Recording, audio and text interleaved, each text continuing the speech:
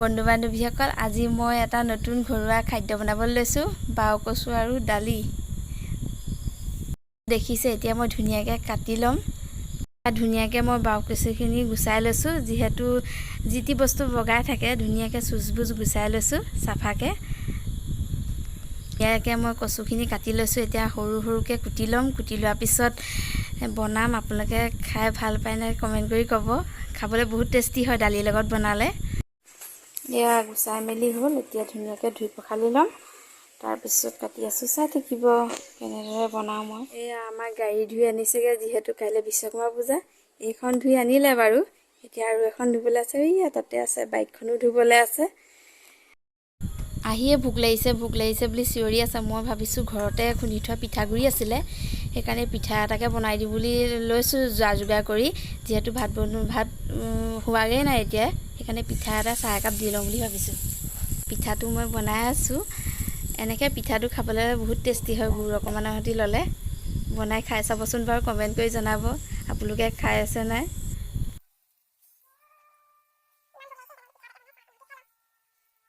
চাহ দিছো যেহেতু সুগাৰ আছে সেইকাৰণে অকমান গুৰ আৰু অলপমান লাল চাহ দি বস্তুবোৰ ৰেডি কৰি ললো এতিয়া দালি বাও কচু পিয়াজ আৰু অকমান নহৰু খুন্দি লৈছো ইয়াকে আহি পাতিছো আৰু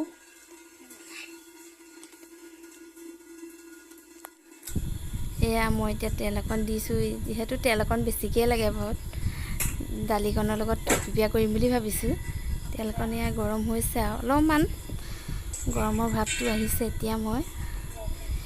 এয়া পিয়াজকণ দি দিছো পিয়াজকণ দিয়াৰ পিছত এয়া পিয়াজকণ দি আছো মই এতিয়া লৰাই দিছো যেহেতু পিয়াজকণ ৰঙচুৱা হ'ব লাগিব পিয়াজ ৰঙচুৱা হৈ গৈছে এতিয়া মই অকমান নিমখ তাৰ পিছত অকমান হালধি দি আকৌ লৰাই দিম যেহেতু কেমেৰা ধৰা মানুহ নাই সেইকাৰণে অসুবিধা হৈছে ভালকৈ উঠাব পৰা নাই ভিডিঅ'টো এফালে হেৰি দি আছো সেইকাৰণে পিয়াজ ভাজি ৰঙচুৱা হৈ গ'ল এতিয়া মই তাত দালিখিনি দি দিম দালিখিনি দিছো ইয়া ধুই থোৱা অকমান সময় হ'ল সেইকাৰণে লঠা পাতি গৈছে দালিকণ এতিয়া মই দালিটো ভাজি লৈছো ধুনিয়াকৈ অকমান ৰঙচুৱা হৈ লওক 5 মিনিট সময়মান ভাজি লৈছো এয়া মই বাও কচুখিনি দি দিম এতিয়া ভাজি লম ধুনিয়াকৈ ভজাৰ পিছত ঢাকন মাৰি দালিকেইটা ভাজি লোৱাৰ পিছতে কচুকণ দি দিম দিয়াৰ পিছতে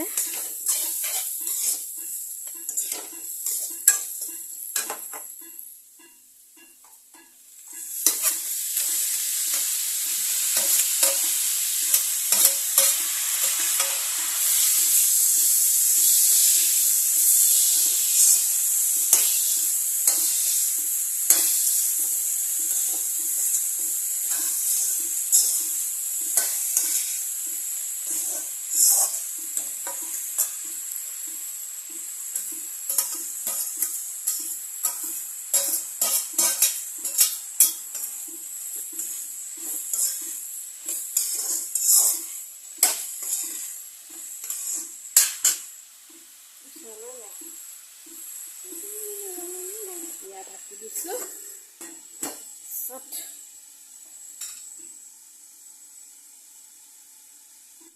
এয়া আমাৰ দালি হৈ গ'ল এতিয়া ধুনীয়াকৈ জোখত ৰৈ গৈছে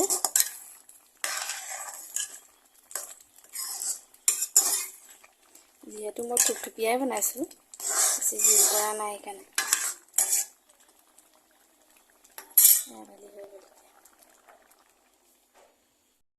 কিমান ধুনীয়া ধুনীয়া মাছ কাঠ মাছ আজিকালিতো এয়া মাছ পাবলেই নাই ইমান ধুনীয়া ধুনীয়া লোকেল মাছ আজিকালিতো সব চালানী মাছেই পোৱা যায় এইবোৰ মাছ খুব কম পৰিমাণে পোৱা যায় এয়া মাছ আমাৰ মানুহজনে খুব প্ৰিয় বিশেষকৈ মাগুৰ মাছ আৰু কাৱৈ মাছ বহুত ভাল পায় মাছকেইটা ভাজি লওঁ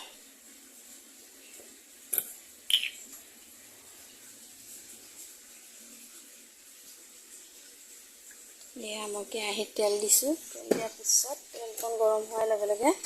মাছকেইটা ভাজি ল'ব লাগিব।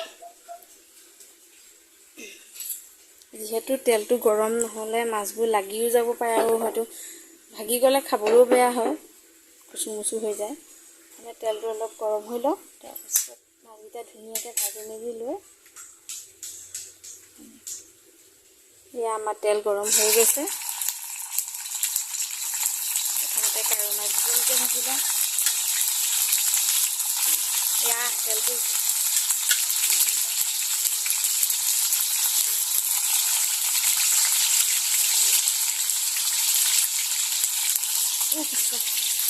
তেল আহি গা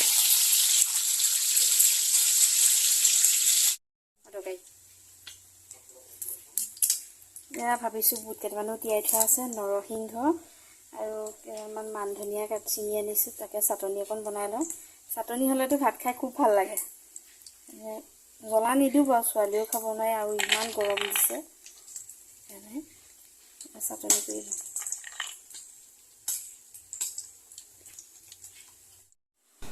এয়া গৰম গৰম মাছ, কচুৱা চব্জি, পাপৰ, ভাত, চাটনি আৰু এয়া ভাজি, মিক্স ভাজি। এতিয়া খাওঁ দেই ৰাইজ। চেনেলটো ছাবস্ক্ৰাইব কৰি দিব।